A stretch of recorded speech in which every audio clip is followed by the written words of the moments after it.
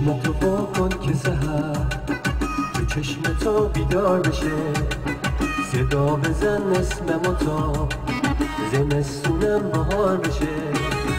وقتی تو نیستی تو خونه یه غم نسخم چیزی نیست، توی دلم میگم که کاش دلم هزار هزار بشه.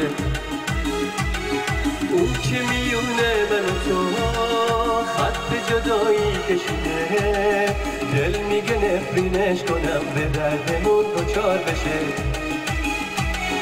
سر به ستاره میزنم، سکه ما میشکنم، یه روز اگه دستای من با دستای تو یار بشه.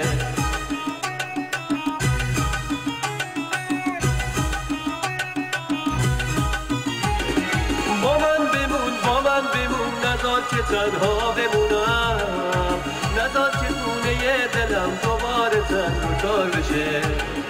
عاشق بشیم دعا کنیم که شاید از دولت عشق یه روز بیاد که روزگار دوباره روزگار بشه. وقتی تو نیستی تو خونه یه غم نسخم چیزی نیست، توی دلم میگم که کاش دلم هزار هزار بشه.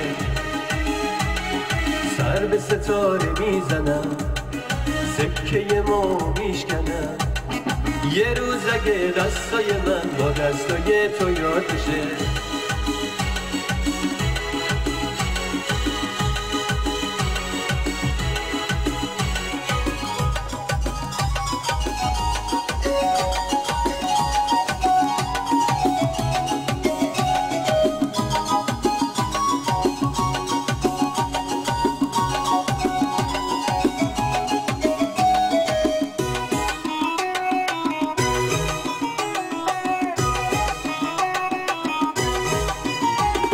چشمتو وا کن که سحر تو چشمتو بیدار بشه، صدا بزن اسممو تا زمستونم بهار بشه.